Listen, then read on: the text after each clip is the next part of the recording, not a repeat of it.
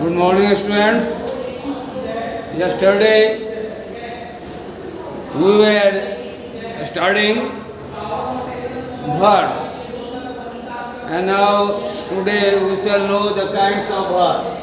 आज हम लोग जानेंगे verb के kind, है ना? verb के kind मतलब verb के प्रकार, verb कितने तरह के होते हैं। आइए हम लोग देखें kinds of the verb. Kinds of the verb का मतलब हो गया वर्ब के प्रकार, वर्ब कितने तरह के होते हैं। According to use of verb in sentence, verb has been classified in 2 classes. वाक्यों में प्रयोग के आधार पर, वाक्यों में प्रयोग के आधार पर वर्ब को 2 वर्गों में बांटा गया है। वाक्य में प्रयोग के आधार पर वर्ब को 2 भागों में बांटा गया है।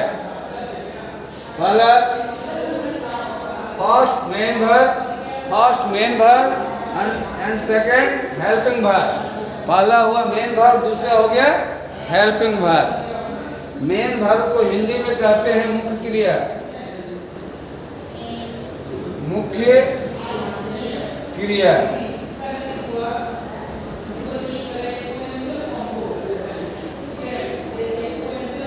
जो सेंटेंस में जो क्रिया मुख्य भूमिका निभाती है, सेंटेंस में जो क्रिया मुख्य काम करती है वो कहलाती है मेन वर्ब, यानी कि मुख्य क्रिया।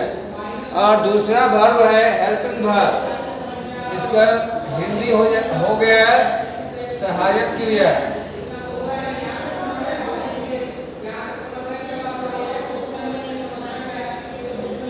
सहायक क्रिया, सहायक क्रिया ऐसे क्रिया को कहते हैं जो वाक्य में मुख्य क्रिया की सहायता करता हो, जो वाक्य में मुख्य क्रिया की सहायता करता हो। जैसे कि मैं आम खाता हूँ, तो खाना हो गया मुख्य क्रिया और हूँ हो गया सहायक क्रिया। हूँ सहायक क्रिया इसलिए हुआ क्योंकि मुख्य क्रिया का सहायता कर रहा है हूँ, इसीलिए हूँ हो गया सहायक क्रिया, यानी कि हेल्पिंग वर्ब। आइए अब हम लोग जानते हैं मेन वर्ब और हेल्पिंग वर्ब के बारे में। मेन वर्ब और हेल्पिंग वर्ब के बारे में बारी बारी से जानते हैं। क्या आप लोग तैयार हैं जानने के लिए? जानने के लिए तैयार हैं? चले जानते हैं। मेन वर्ब यानी कि मुख्य क्रिया। मेन वर्ब किसे कहते हैं? मेन वर्ब किसे कहते हैं? The verb used alone.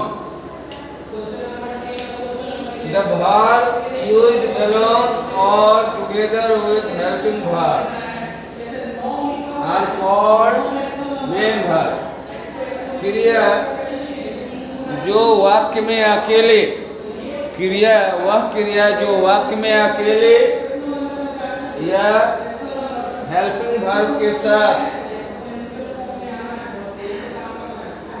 Helping verb के साथ मिलकर काम करता है ना, वो कहलाता है main verb. The verb used alone or together with helping verb are called main verbs. ऐसे वर्ब जो वाक्य में अकेले या हेल्पिंग वर्ब के साथ मिलकर वाक्य का अर्थ प्रकट करते हैं, वाक्य का अर्थ क्लियर करते हैं, तो इस तरह का वर्ब कहलाता है main verb. Example, I am reading, यहाँ जो हो गया रीडिंग हो गया मेन वर्ब। मैं पढ़ रहा हूँ, आई एम रीडिंग का हिंदी क्या हुआ? मैं पढ़ रहा हूँ। तो पढ़ना हो गया मुख्य क्रिया यानी कि मेन वर्ब। और ये पढ़ना हो गया मेन वर्ब। आई रेस्पेक्ट हिम, आई रेस्पेक्ट हिम, मैं उनका आदर करता हूँ। तो यहाँ रेस्पेक्ट हो गया बच्चों मुख्य क्रिया यानी कि मेन वर्ब, समझ रहे हैं। आइए अब हम लोग जानते हैं हेल्पिंग वर्ब के बारे में। हेल्पिंग वर्ब को हिंदी में कहते हैं सहायक क्रिया। हेल्पिंग वर्ब को हिंदी में क्या कहेंगे? सहायक क्रिया। हेल्पिंग वर्ब, हेल्पिंग वर्ब का हिंदी होगा सहायक क्रिया। सहायक क्रिया किसे कहेंगे? हेल्पिंग वर्ब किसे कहेंगे? It is the verb which help the main verb to form a tense, voice, mode, etc. ये ऐसा वर्ब है, हेल्पिंग वर्ब ऐसा वर्ब होता है जो मुख्य क्रिया की सहायता करता है, जो मुख्य क्रिया की सहायता करता है। किस चीज़ में सहायता करता है? टेंस का फॉर्म बनाने में, टेंस का फॉर्म बनाने में, वॉइस बनाने में, मूड बनाने में सहायता करता है हेल्पिंग वर्ब मुख्य क्रिया का। हेल्पिंग वर्ब एक ऐसा क्रिया है जो मुख्य क्रिया की सहायता करता है टेंस का फॉर्म को बतलाने के लिए। टेंस 3 होते हैं ना, तो कौन सेंटेंस कौन टेंस का है ये बतलाने के लिए मेन वर्ब का हेल्प करता है हेल्पिंग वर्ब। टेंस का फॉर्म बतलाने के लिए वॉइस बनाने में, वॉइस बनाने में हेल्पिंग वर्ब का यूज होता है, मूड बनाने में हेल्पिंग वर्ब का यूज होता है। समझ रहे हैं बच्चों? आइए एग्जाम्पल देखते हैं। एग्जाम्पल हो गया आई एम रीडिंग, एग्जाम्पल हो गया आई एम रीडिंग, मैं पढ़ रहा हूँ। यहाँ रीडिंग हो गया मेन वर्ब, यहाँ रीडिंग क्या हुआ? Main verb.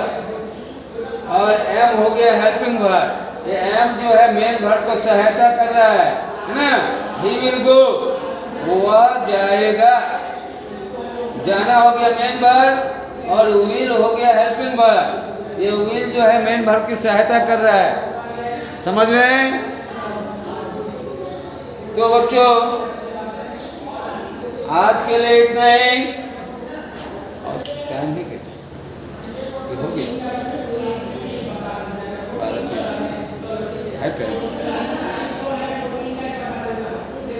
टाइम हो गया